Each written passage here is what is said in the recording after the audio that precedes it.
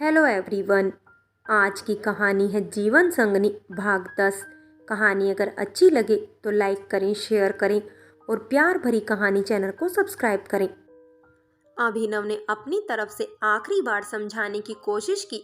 पूजा ने उसकी बातों को नज़रअंदाज किया और उसका हाथ पकड़कर उसे अपने कमरे में ले आई। अभिनव को इस तरह अपने कमरे में देखकर अभिजीत से रहा तो नहीं जा रहा था, लेकिन आज वह सच्चाई जानकर ही रहेगा। इस बात को उसने तय कर लिया था। बैठो अभिनव, आज तो हमारी रात है। देखो, तुम्हारी मनपसंद वाइन लगा रखी है मैंने।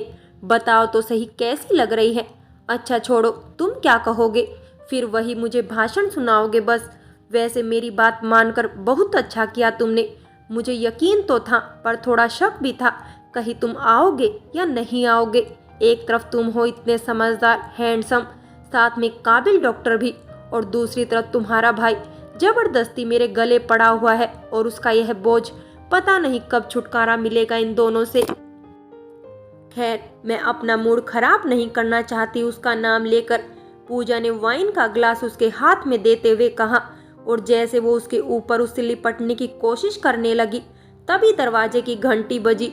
पूजा को समझ नहीं आया कि अभी कौन हो सकता है। उसने अभिनव की ओर देखा, फिर उठकर दरवाजे की ओर बढ़ी, पर दरवाजा खोलने से पहले उसने पास के ही खिड़की से झांका। पूरा परिवार बाहर खड़ा था। पूजा के तो होश ही उड़ गए। वो तय नहीं कर पा रही थी अब वो क्या करेगी। तभी उसकी नजर पीछे खड़ी आरती पर पड़ी, जिसे देखते ही पूजा का गुस्सा बढ़ गया। उसे लगा कि अभिनव ने उसे फिर धोखा दिया है। गुस्से में पहले वह अपने कमरे में आई और अभिनव की ओर देखते हुए बोली, ये अच्छा नहीं किया अभिनव तुमने। तुम्हें मैंने कहा था ना, किसी को भी इस बारे में नहीं बताने के लिए। फिर तुमने आरती को क्यों बताया? अब देखो उसका क्या अंजाम होता है। उसने जानबूझकर अपने कपड़ों को इधर उधर से फाड़कर फेंक दिया और अपने ऊपर एक चादर लपेटे हुए दरवाजे की तरफ भागी। झूठे आंसू बहाते हुए सीधे अपनी बहन से लिपट गई और रोते रोते बोली, बहुत अच्छा किया तुमने, तुम चली आई। आज तो मैं कहीं की नहीं रहती। देखो क्या हो रहा है मेरे साथ। अगर आप लोग नहीं आते तो पता नहीं मेरा क्या होता, मैं कैसे रहती। किसी को मुंह दिखाने लायक नहीं रहती आज। किसी को भी कुछ भी समझ में नहीं आ रहा था, क्योंकि आरती ने कुछ बताया ही नहीं था और पूजा इस हालत में थी। सब लोग अंदर आए और पूजा के कहने पर उसके कमरे में गए। अभिनव को वहां ऐसे बैठा हुआ देखा, जो कि अपने हाथ में गिलास पकड़े हुए था। इससे पहले कि कोई और बोलता, सिंगला जी उस पर चिल्ला पड़े, तुमने मेरी बेटियों की जिंदगी खराब करने की ठानी है। मैं आज तुम्हें जिंदा नहीं छोड़ूंगा। तुम्हारी हिम्मत कैसे हुई आरती को धोखा देने की? जरा सोचा भी नहीं, शर्म भी नहीं आई? माँ बनने वाली है वो, तुम्हारी हिम्मत कैसे हुई? तभी मनमोहन जी पीछे से बोल पड़े, मुझे तो लगा था अभिजीत नादान है, पर तुमसे तो यह उम्मीद भी नहीं थी। क्यों किया तुमने ऐसा? हमने क्या सोचा था और तुमने क्या किया? किस बात का बदला ले रहे हो तुम? अभिजीत ने घर से निकाल दिया, इस बात का? तुम्हारा मन उसे थप्पड़ मारकर नहीं भरा तो तुम इस हद तक गिर गए। मुझे तो शर्म आती है यह कहते हुए कि मैं तुम्हारा बाप हूँ। कैसे बर्दाश्त करूंगा मैं यह कलंक? हे ईश्वर, किस करनी का फल दे रहे हो मुझे? आरती ने सबको बीच में ही रोकते हुए कहा, आप लोग गलत समझ रहे हैं। अभिनव ने ऐसा कोई काम नहीं किया है जिसके लिए आप लोगों को शर्मिंदा होना पड़े, बल्कि यह सब किया धराया मेरी बहन का है। अभिनव यहाँ अपनी मर्जी से नहीं आया है, इन्होंने बुलाया है। तुम क्या बोले जा रही हो? बस बहुत हो गया, मुझे यह सब तमाशा समझ में नहीं आ रहा है। आरती की सास गुस्से में बोली। पूजा ने बात को फिसलते हुए देखा तो फिर से रोना शुरू कर दिया। लोगों की सहानुभूति अपनी ओर खींचने की कोशिश करने लगी और बोली, अब मेरा क्या होगा? अगर अभिजीत को पता चला कि मेरे साथ उसके भाई ने ऐसा किया है तो कहीं वह मुझे छोड़ ना दे, हत्यारा ना बन जाए। अगर ऐसा हुआ तो किसके सहारे रहूंगी? क्या होगा मेरे इस बच्चे का? मैं तो किसी को मुंह दिखाने लायक नहीं रहूंगी। आरती से यह सब बर्दाश्त नहीं हुआ। वह पूजा के नजदीक गई और एक जोरदार तमाचा मारते हुए कहा, शर्म नहीं आती है क्या? इतना सब करने के बाद भी तुम किसी बेगुनाह पर इल्जाम लगा रही हो, अपनी ही बहन की जिंदगी बर्बाद कर रही हो। और फिर आखिर क्या बिगाड़ा है हमने तुम्हारा? इन लोगों की आंखों में तो अभी नौटंकी का पर्दा पड़ा हुआ है, पर मैं जानती हूँ सच। आरती अभिनव की भरी आंखों की तरफ देखते हुए बोली, बहन मुझ पर यकीन करो, तुम्हें मेरी दशा नहीं नजर आती, मेरे शरीर पर निशान नहीं नजर आते। विश्वास करो, मैं झूठ नहीं बोल रही। भला मैं क्यों अभिनव के साथ ऐसा करने लगी? मैं तो अभिजीत से प्यार करती हूँ ना। पूजा बात को अपनी तरफ खींचने की कोशिश करते हुए बोली, बस बहुत हो गया। मैं नहीं जानना चाहती हूँ कि आप ऐसा क्यों करेंगी या क्यों कर रही है, पर इतना जरूर जानती हूँ, अभिनव ऐसा नहीं कर सकता। मुझे पूरा विश्वास है उस पर। आरती ने सब की तरफ देखते हुए कहा। अब तो पुलिस इस बारे में खोज करेगी, सिंगला जी ने कहा और पुलिस को फोन लगाने के लिए अपना मोबाइल निकाला। तभी अभिजीत बिस्तर के नीचे से बाहर निकल आया, जिसे देखकर वहां मौजूद हर एक इंसान चकित था, सिवाय आरती के। पूरे घर में कुछ पलों के लिए सन्नाटा सा छा गया था। पूजा के तो मानो प्राण ही सूख गए थे।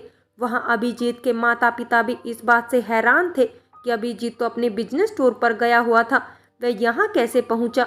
इस खामोशी को तोड़ते हुए आरती ने कहा कि अभिजीत को मैंने ही फोन किया था। सबकी नजरें अब अभिजीत से हटकर आरती के ऊपर जाती है। अभिनव जो वहां अब तक मुजरिम की तरह खड़ा था, वह भी आरती की ओर एक उम्मीद भरी नजर से देखने लगा। आंखों ही आंखों में जाने उन दोनों के बीच में कौन सी बातें चल रही थी, या यूं कहें कि एक दूसरे के ऊपर उनके विश्वास और भरोसे की यह सबसे बड़ी पहचान थी कि आरती ने इतना कुछ होने पर भी अपने पति पर कभी शक नहीं किया। अभिनव आज अपने आप को दुनिया का सबसे भाग्यशाली पति समझ रहा था, जिसको ऐसी पत्नी मिली है। वहीं दूसरी तरफ अभिजीत, जिसकी नजरें पूजा पर पड़ रही थी और पूजा उसे नजरें नहीं मिला पा रही थी। शायद पहली बार पूजा किसी से भी नजरें मिलाने के लायक नहीं थी। गुरूर में रहने वाली वह लड़की आज सबके सामने जिस तरह से खड़ी थी, उस वक्त शायद जो भी वहां होता शर्म के मारे इसी तरह झुक जाता।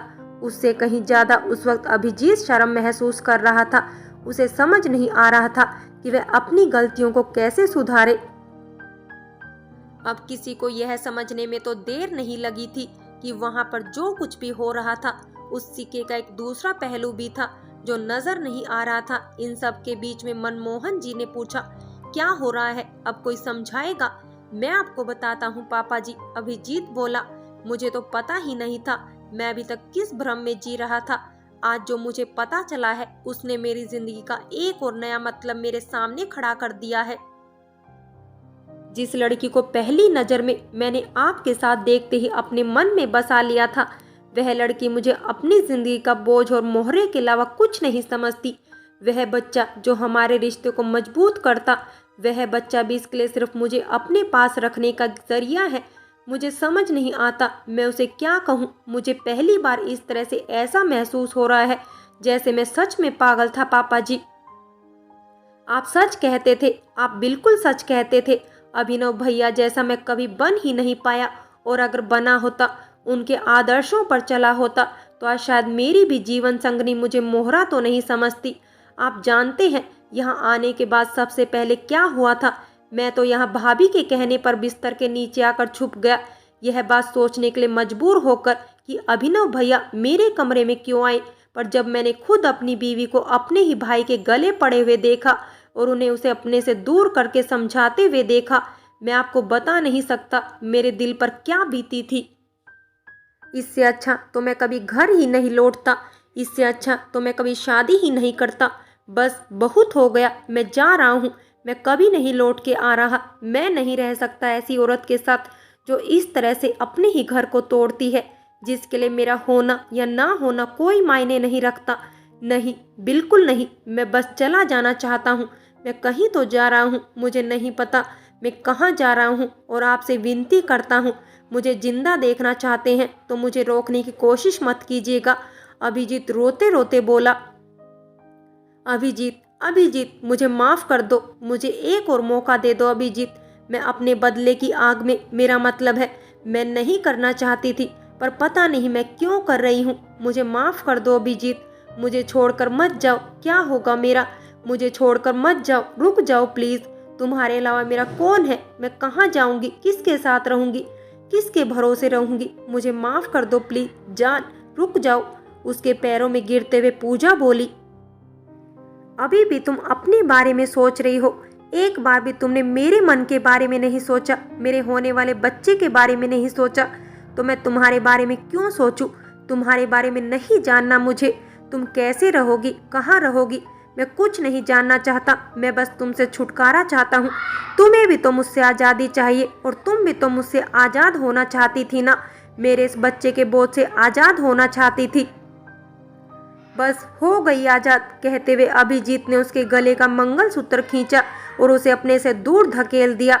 इससे पहले कि वह कुछ और कह पाती, उस धक्के की वजह से वो पास के पलंग से टकरा गई जो नुकीला था और उसके पेट पर लगा। अभिजीत को पता ही नहीं चला। वह अपने साथ अपना बैग उठाए वहां से निकल गया। पूजा के पेट में लगी चोट पूजा को नहीं लगी, बल्कि वह उस मासूम बेगुनाह बच्चे की जान लेने आया था। अभिजीत ने तो ध्यान ही नहीं दिया, मगर चोट लगते ही जो खून की धारा बह निकली थी उसे हर किसी ने देख लिया था और तुरंत ही जल्दी जल्दी उसे उठाकर वहां से हॉस्पिटल ले गए। पूजा का दर्द से बुरा हाल था। हॉस्पिटल में पहुंचते ही वहां के एक्सपर्ट ने तुरंत ही ऑपरेशन करने की बात कही। साथ ही ये भी बताया कि केस इतना क्रिटिकल है कि या तो बच्चे को बचाया जा सकता है या फिर माँ को। फ्रेंड्स, बाकी की कहानी अगले भाग में देखें और अगर कहानी अच्छी लगी हो तो लाइक करें, शेयर करें और प्यार भरी कहानी चैनल को सब्सक्राइब करें।